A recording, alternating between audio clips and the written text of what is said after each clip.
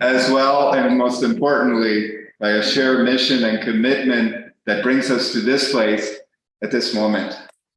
And it is a critical time. It is a critical time for communities to gather, to find ways to imagine a vision of a world where all can thrive, but to move beyond that imagination of a vision to find the strength to deliver on it, particularly when so many things place demands on our lives.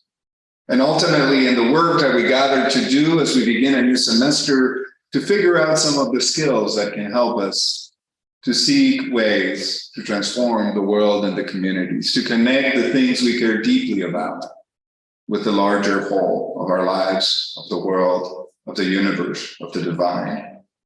So we gather together and we begin our time of worship because we are reminded that it is both in community and in the awareness of the presence of God, of the divine, that we are strengthened in our life together.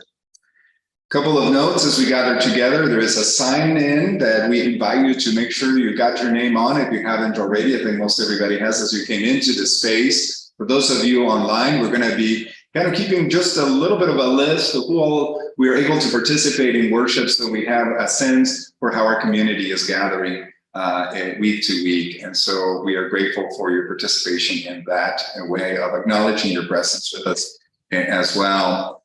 I want to give a special welcome to new students who join us today for the first time for chapel. Welcome to your first semester at PSR and to your first classes this week. Welcome to our returning students. We are glad you're back.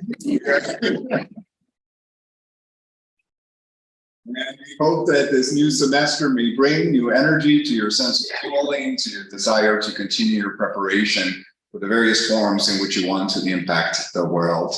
We give also a special welcome back to Professor Aaron Brody, who's been on sabbatical through the fall. So welcome back. And I just want to invite your prayers for Professor Grace So, who's her husband's grandmother passed away, and so she has traveled back to Korea to be with family and will be absent, at least physically, from us this week. And so I know her students, her classes will be done remotely this week fully, but she will be back with us next week.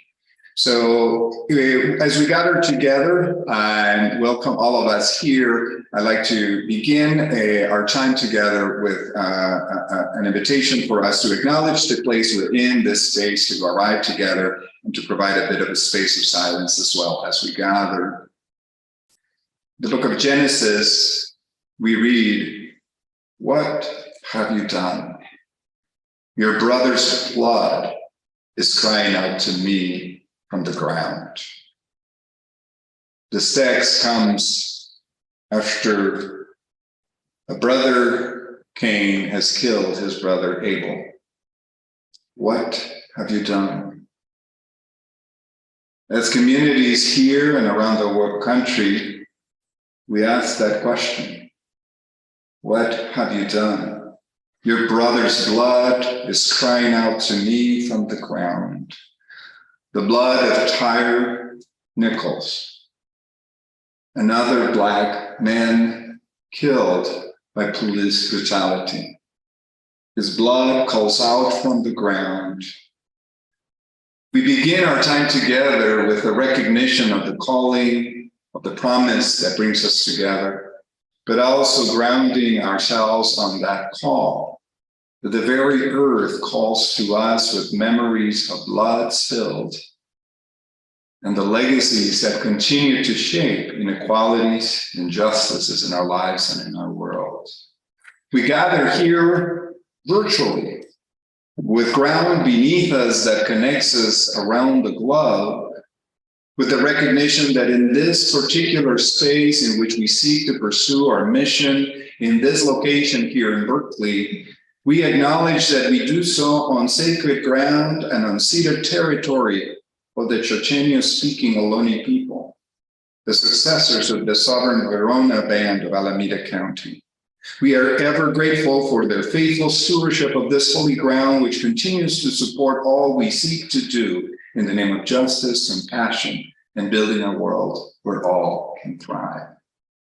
And so we gather knowing that we always live between both our hope, expectation, vision, and joy, but also grounded in the realities we seek to address and to change so that all may fully participate in that hope, vision, and joy. So I invite us as we come into this place, into this new semester, into the service, to do so observing a brief moment of silence, particularly as we remember Ira Nichols, his family, his community, and many others whose lives have been taken by violence.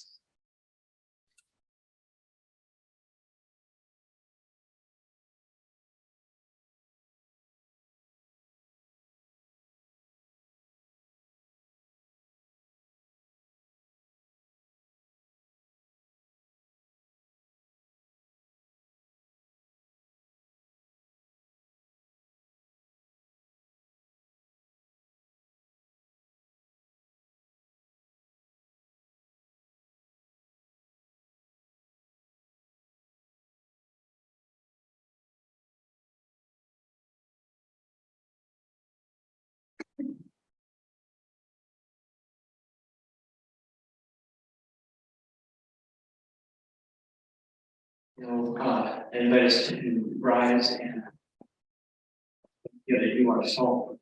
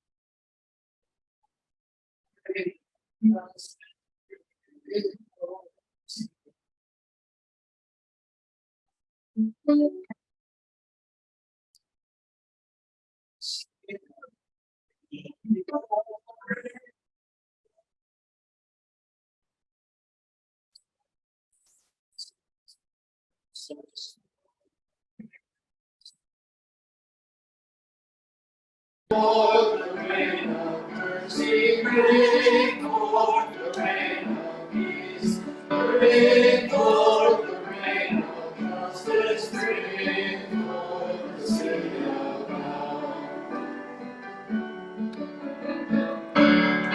We are a voice of the people, bound for the rain of God, all for turning from our homeland, all is the city of God.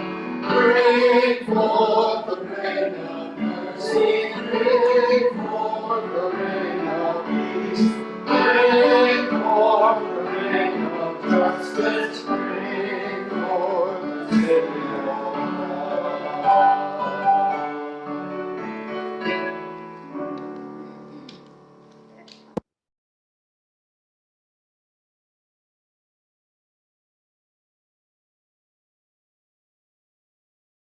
Good morning. Good morning. Buddha means awakened one. The only difference between a Buddha and everyone else that Buddha recognizes their own true nature, while all the beings suffering in samsara do not. O nobly born, the Buddhist texts begin, remember your Buddha nature. Remember your innate capacity for dignity, understanding, and vast compassion. These gifts were born into you. Discover how the beautiful qualities of Buddha nature can become alive for you in your heart and in the way you live. Our Bible reading comes from Isaiah chapter 43, verse 19. See, I am doing a new thing. Now it springs up. Do you not perceive it? I am making a way in the wilderness and streams and wasteland. The word of God for the people. Thanks be to God.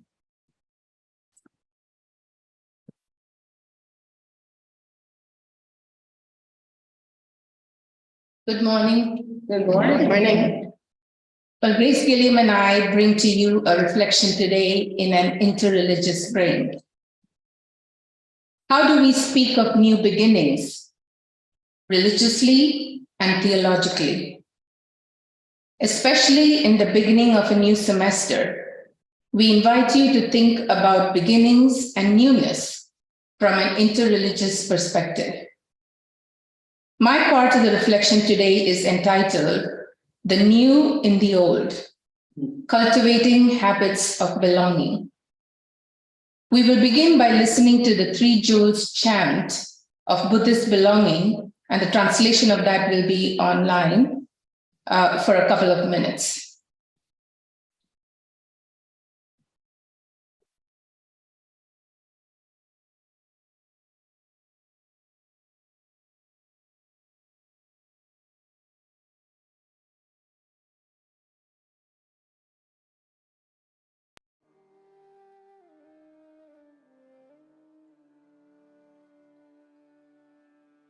बुद्धं शरणं गच्छामि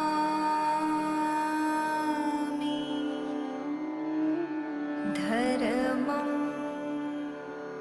शरणं गच्छामि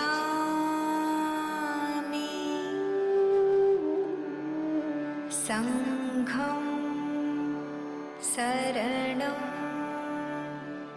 गच्छामि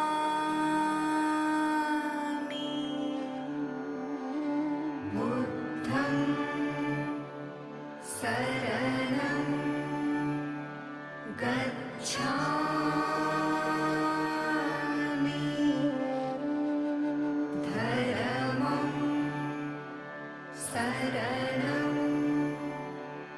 गच्छामि संघं शरणं गच्छामि बुद्धं शरणं गच्छामि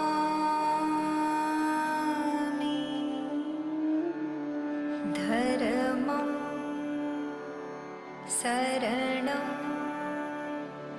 गच्छामि संघं शरणं गच्छामि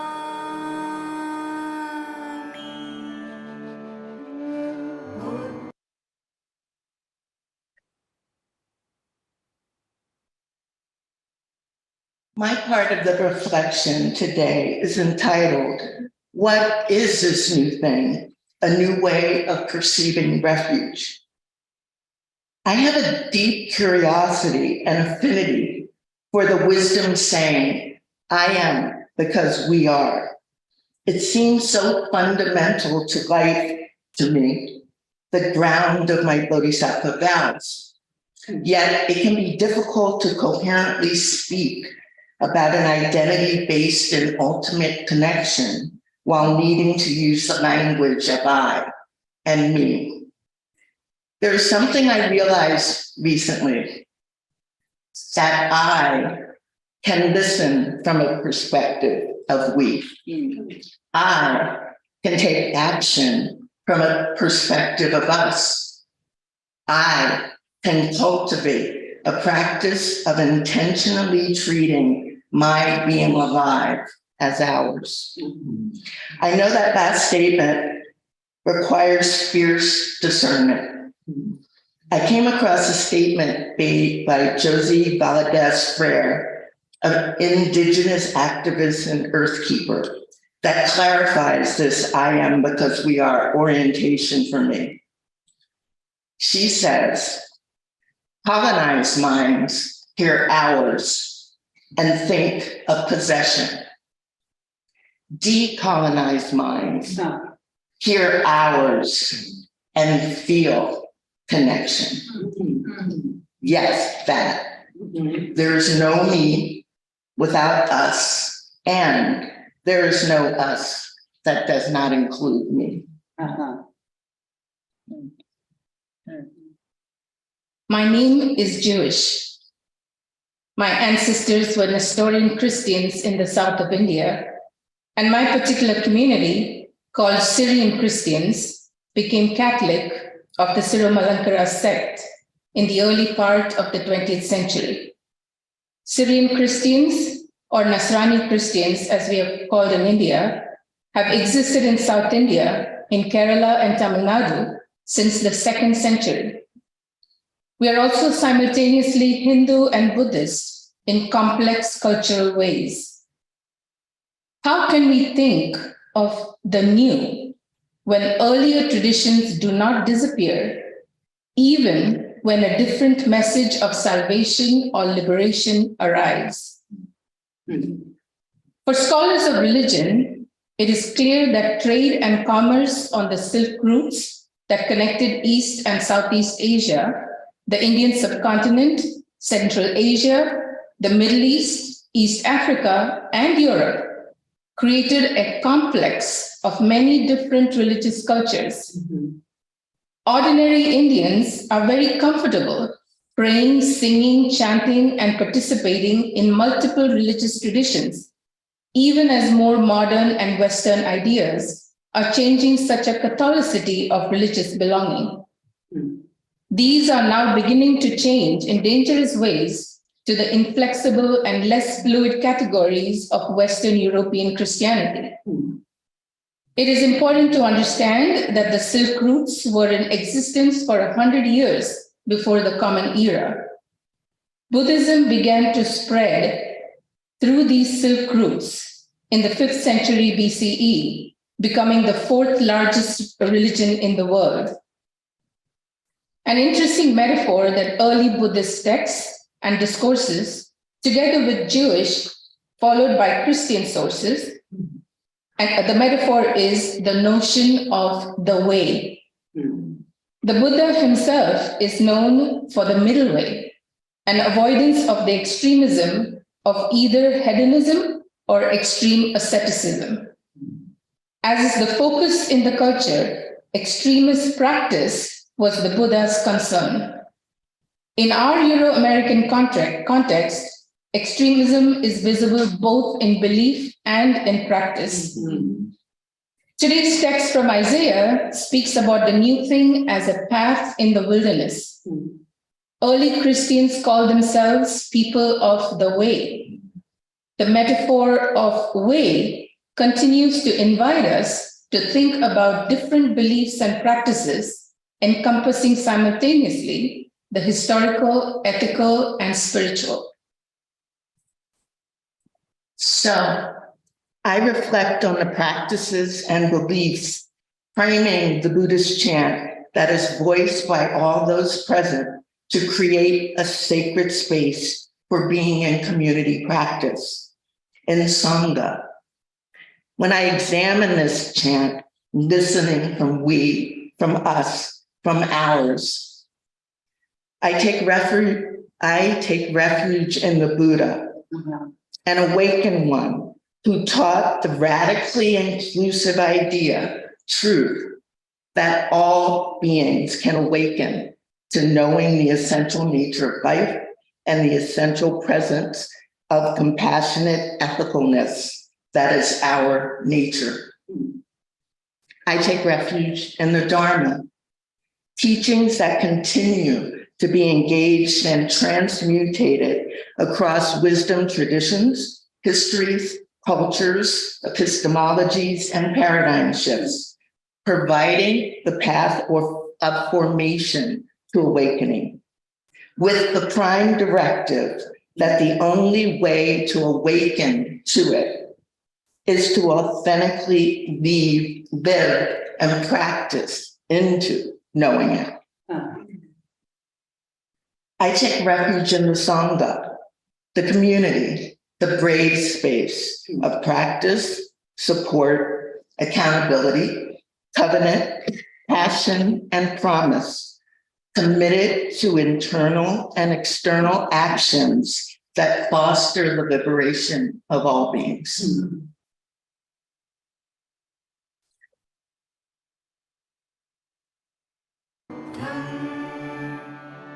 शरणं गच्छामि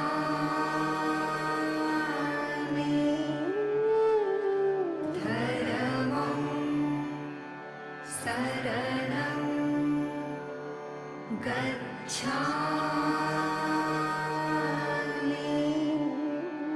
संघं शरणं गच्छामि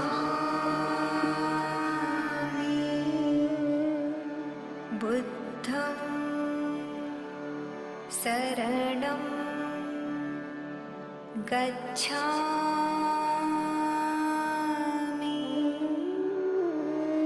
धर्मं शरणं गच्छामि संघं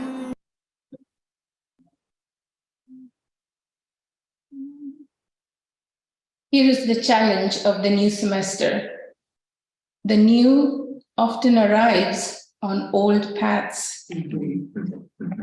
How do we, as thinkers, scholars, students, practice walking and being on the old paths to perceive the new? Some of us, in preparation for the new semester, read Reverend Dr. Katie Cannon's brilliant essay from the Oxford Handbook of African American Theology. Our senior seminar students also will begin their capstone reflections in this last semester as they prepare for the ending of their time at PSR. They too will read this essay.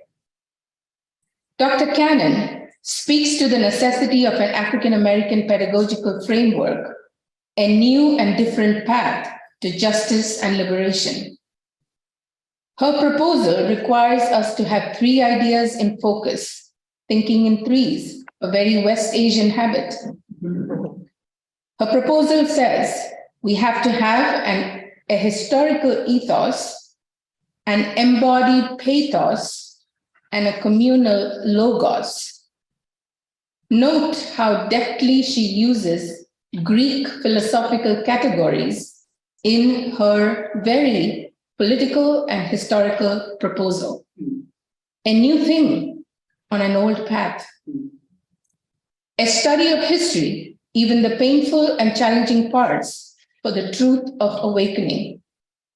An acceptance of personal accountability, of the intellectual inquiry of the traditions, cultures, and wisdoms of the peoples of the world. Finally, the reciprocity of ethical imperatives in community for the liberation and thriving of all parallels the call to practice in the chant we have been hearing.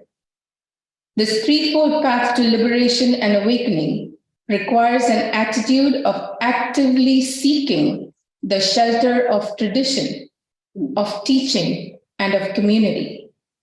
The new is new because it appears when we belong to the old, tradition, teaching, and community.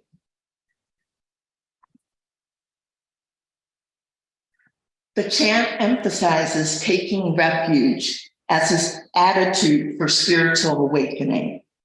Refuge is not escaping, it is embracing the ongoing examination of how it is, what needs to change, and how I need to change along with it. Refuge is not surrender to being protected. It is creating and offering protection and aspiring to the expanse of diversity that can transform into integral security for all. Refuge is not hiding.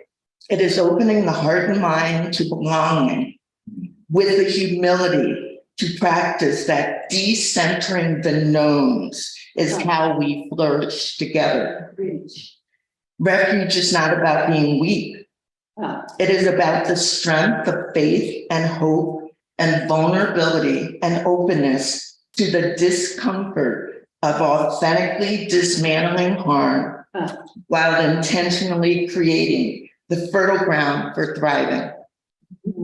Refuge is not about not being enough.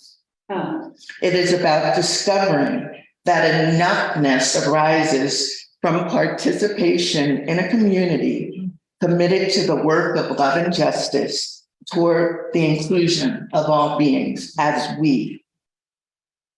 Yes, solace, comfort, restoration, celebration, rest, coming undone, being alone. These are all aspects of refuge, and all those are centered in our interconnectedness. We take refuge. We seek shelter. We walk in the paths of our ancestors. These are paths to habits of belonging.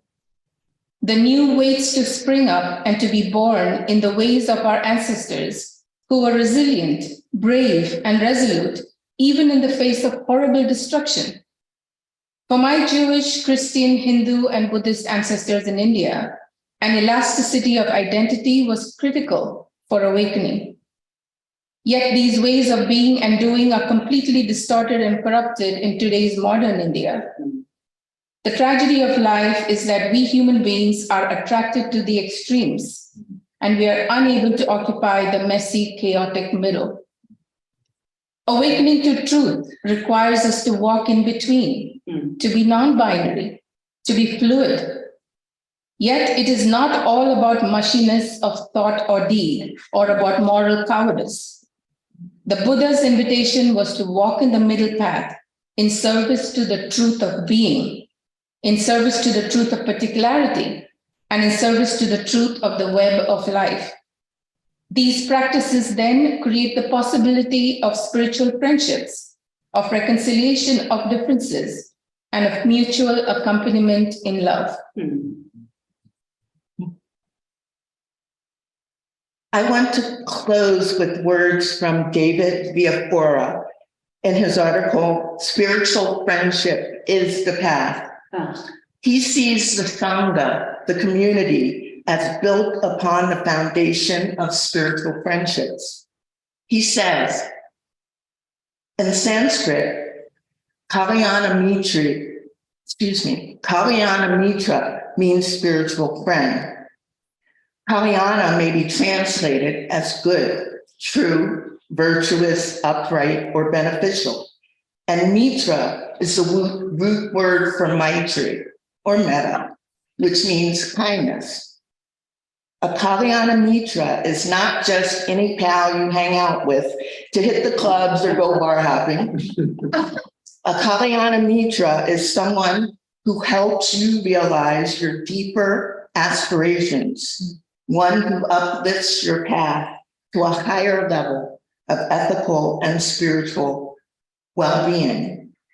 In comparison, the word friendship stems from the Old English frion, meaning to love, and frio, meaning free. So at its roots, friendship means to love freely. Thus, both words point to a selfless kindness towards others. There is no factor in our environment so influential to our lives as our closest friends. The Buddha's emphasis on the profound impact of friendship is similarly captured by Joseph Rubano's poem, Friend by Friend. Who is my mother? Who my father? When I am being created, friend by friend, I don't remember who I was without.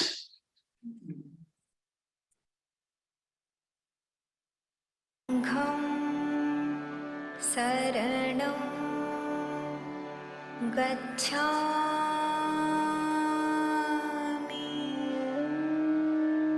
buddham saranam gacchami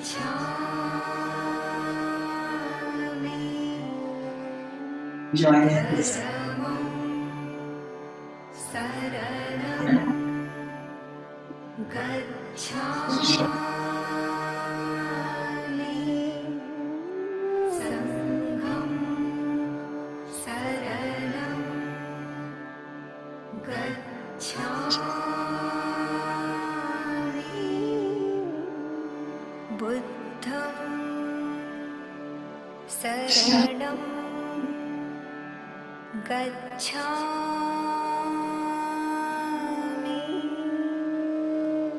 dhammam saranam gacchami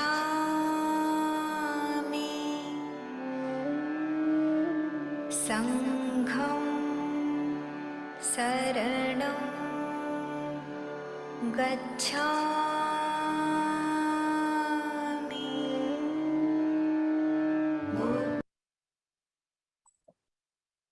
Thank you both so much for a wonderful way to start the semester.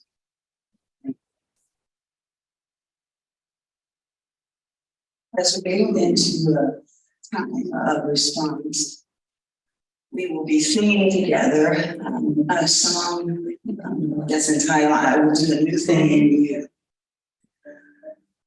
The lyrics have been modified from the original words, and we're going to do one more modification as we sing together. It says, I will do a new thing in you, I will do a new thing in you. And it says, what life do you long for? But we're going to sing, what life do we long for? What dreams do we crave? God will be our guide and love our path. So sing through it one time. We'll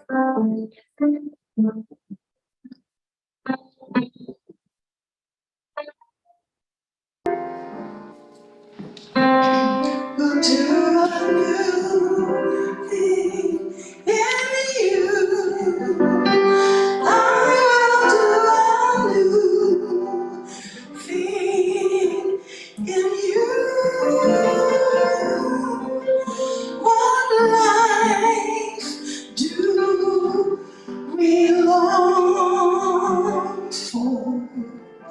What dreams do we pray for? God will be our guide and love our path. Let's do it. Try it with me. I will do a new thing in you. I will do a new thing in you. What life do we long for? What dreams do you pray for? God will be our guide and love our path. Let's do it one more time. I will do a new thing in you. I will do a new thing in you.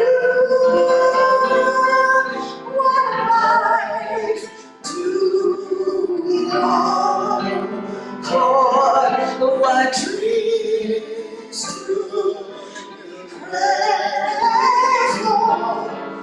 God will be our guide and love appear.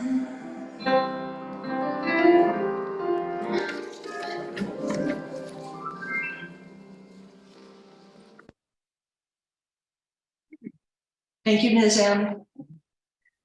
What new things will you plant to nurture the life of community this spring? For those of us in person here, in your program, there are small green seed prayer slips. You're invited to either write on them or not write on them. There's pens still at the entrance, and put them into the bamboo dish on the altar. For those online, you're invited to type your responses in the Zoom chat. For those of us here in person, you're also invited to come to the altar and take a token of the Lunar New Year from the ceramic dish.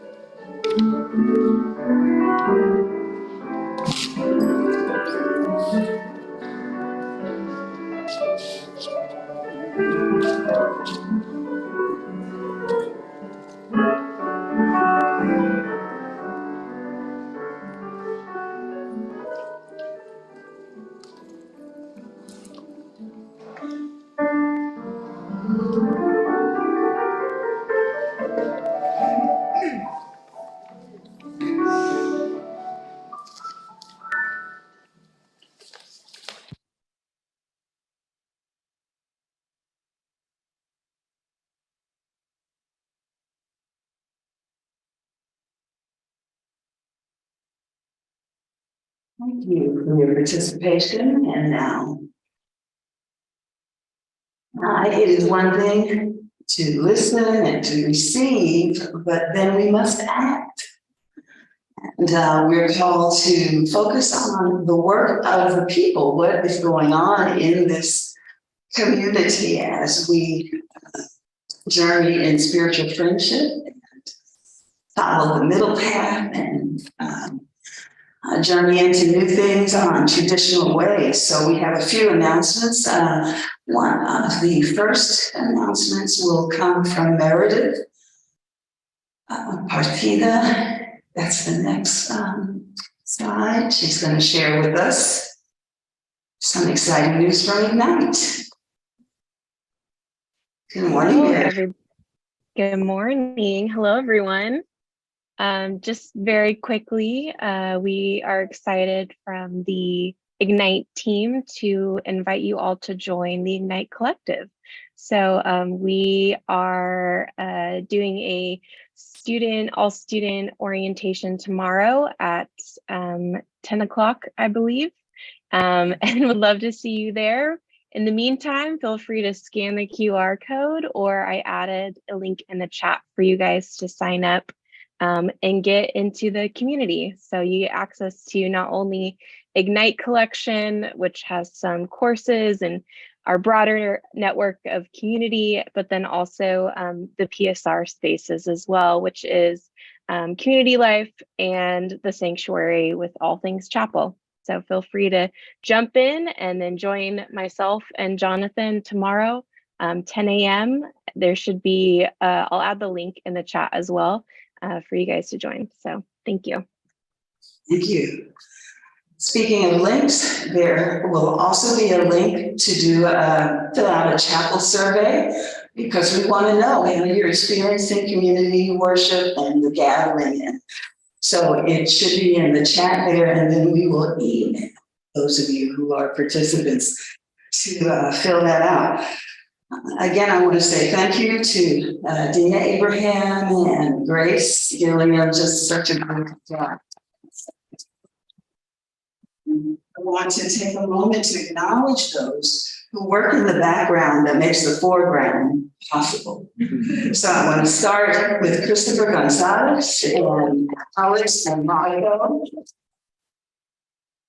Because of the work that you don't see them do. We have chairs to sit in, we have tables to eat from, and so many things. And so we should never take their work and their presence among us for granted. Then I want to also acknowledge the Minister of Hospitality, Laura Ryan, who has helped gather and prepare our food and make it for us, and is always ready with beautiful napkins, plates, and bamboo serveware, compostable serveware. I want to also acknowledge our Zoom maestra, that would be Anna. She is shadowed today by our student chapel assistant, Reverend Yolanda Simmons. I want to acknowledge Assistant Dean Tara Weeks for the Eventbrite preparation and the destination. Let's see, those are, and Andrew are my extra. So we appreciate it, and speaking of, you'll see that in your bulletin and online, you'll see what's coming up for the month of February. It's going to be exciting. Next week, Reverend Dundee Holt, who's online, will be coming to us from Harlem, New York. Then on the 14th, we'll have a service of song and prayer with a special guest musician, Patrick Sturgis. The 21st, PSR alum Reverend Kurt Miner will be preaching. That will be Mardi Gras. We will have beans. You never know what you're going to get when you come to chapel, so don't miss the service. And then on the 28th, Reverend Yolanda Simmons will be preaching. We are working with the book of Braiding Sweetgrass. So we're planting seeds all of this month, and so we invite you to be a part of that. And lastly, we invite you to stay for those of you who are here. Sorry for those of you who are in cyber world. We have a beautiful soup and salad luncheon. So hang out with each other along. Manny, do you want to make an announcement about the community garden? Is groundbreaking today?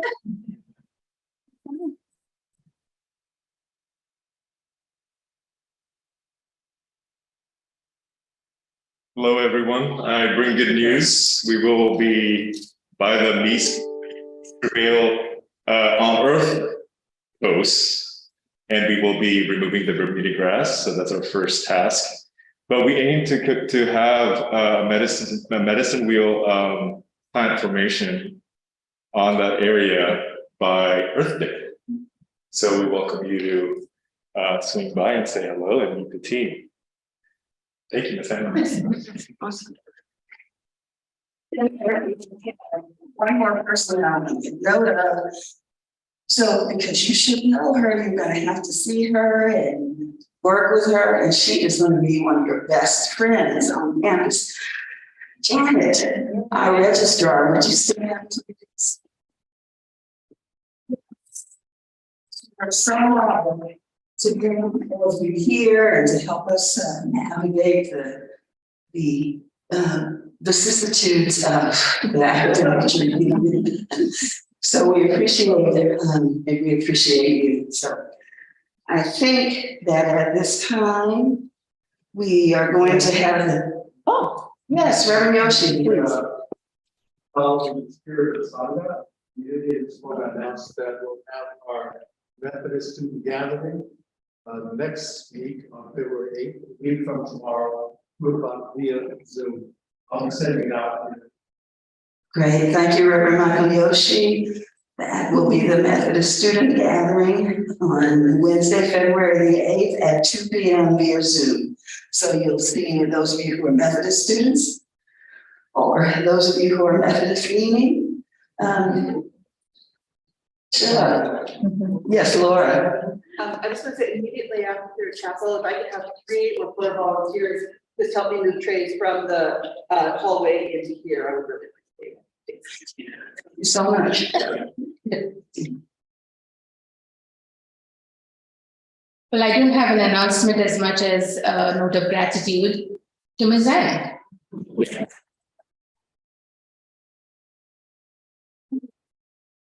She's been remembering all of us to thank. But this semester would not have gotten off without a wonderful orientation that many of our students experienced, our new students, and also many of you participated in. So I want to thank you all very, very much. I often feel at the beginning of semesters like, one of my childhood fantasies that I can speak about in public, to be a pilot. And it feels like I'm, have this gigantic machine that I have to launch into the air, but it is so weighed down with drag and, weight that it's literally, it's got to be a very long runway. So this week, we are on the runway. We're gathering speed. Lots of parts are working, all the parts are working, but to get it up in the air takes a prayer, a miracle, and some expertise. But a lot of patience from the passengers and crew on board. So those of us who know what I'm talking about, because there's been some fraying of tempers and anxieties about beginning, it will be turbulent. There is turbulence. So at least for another week and a half, hang in there with us. We'll get it up in the air. And by the end of the semester, we'll land it. I promise you. But have patience. So I ask this very sincerely on behalf of my team. We're working as hard as we can to get everybody into the right classes, into the right spaces, all of that. If you experience continuing problems, please let me know. But thank you all for being here, and thank you, Ms. Anne, and the team for this wonderful service. It was an honor to speak to you today.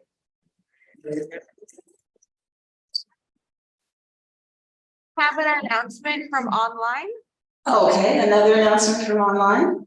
Yes. Sure, I too, on behalf of Ignite, had to echo Dean Abraham's honoring of Ms. Anne for the space that she holds and that you hold consistently for this community. It requires relentless energy and compassion, and I just want to honor you for that. I think as we wrap up January, it's important to, recognize the people who've been impacted the most through COVID, and that's people who've been experiencing homelessness. It's aptly timed that our last episode of Change Happens Now for this month features Stephanie Wheeler-Smith, who is the founder of We Deliver Care. What she's doing with her work is reimagining public safety in Seattle, but the gift that she offers our community, emerging leaders in our community, our students and our staff, all of us, is how to not be desensitized to people who are experiencing this. And there are so many important gems. It's about the gravity and the levity of community first leadership. And it's a beautiful episode, 45-minute quick listen. You can hear it on Apple Podcasts and on Spotify. I invite you all to check it out. Thank you so much. Thank you for all of that. And I think we're going to Don't sleep on anything that's happening here this year. Just check it out. And remember, when it comes to turbulence, as long as they don't make the flight attendants sit down, you're gonna be fine. So let's join this sending song, and then we'll have our words of benediction by our preachers today. I'm inviting you to rise when you're able.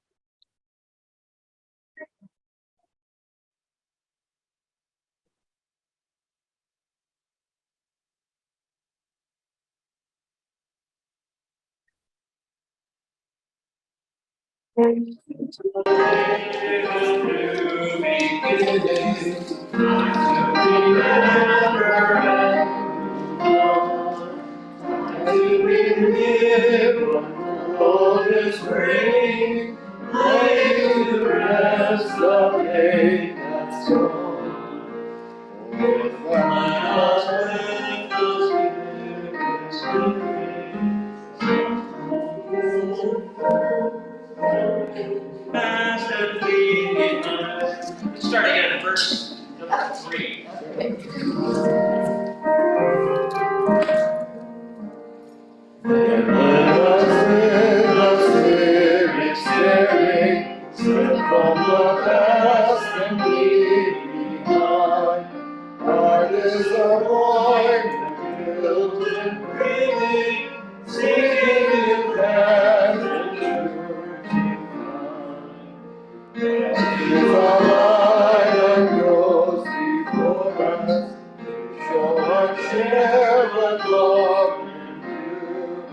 This is the day of beginning, our God is making all things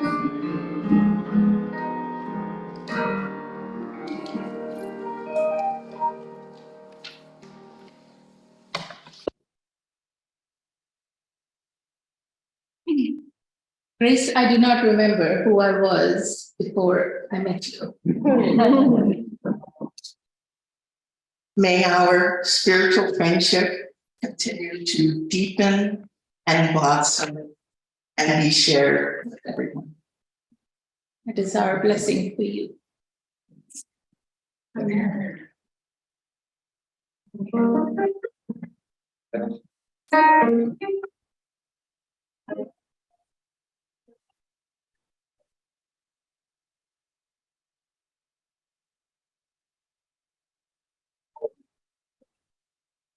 Thank you.